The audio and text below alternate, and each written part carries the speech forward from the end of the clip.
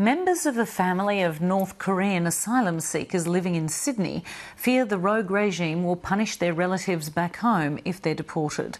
The family is facing deportation to South Korea within 2 weeks, where they claim they're likely to be blackmailed by agents from the north.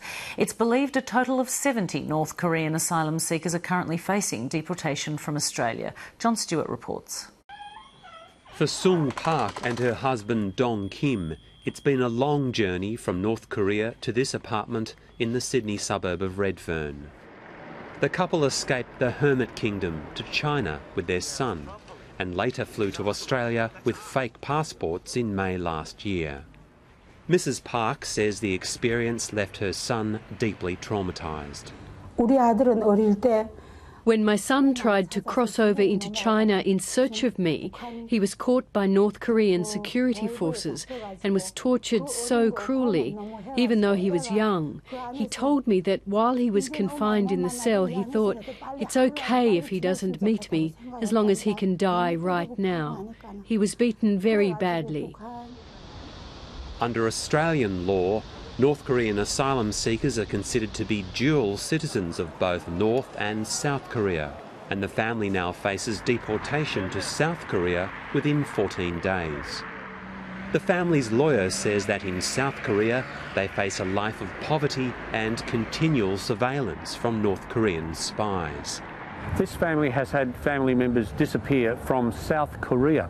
There was one niece enticed to go back to China by probably North Korean spies and has not been heard from since.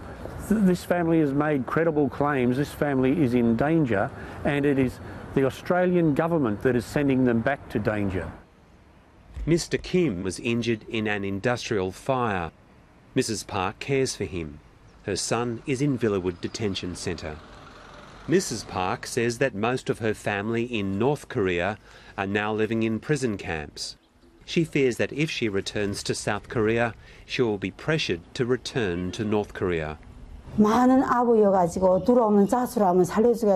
Korean escapees living in South Korea receive calls from North Korea promising to spare the lives of their relatives if they return to the north.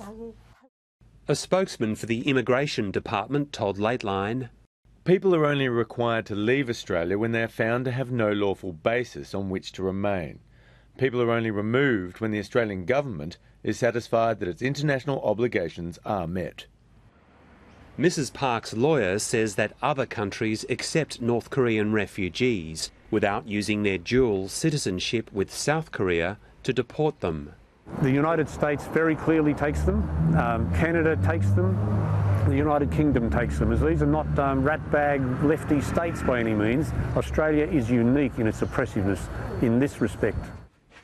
Mrs. Park and Mr. Kim hope the Immigration Minister will intervene on their behalf and allow them to stay in Australia. John Stewart, Lateline.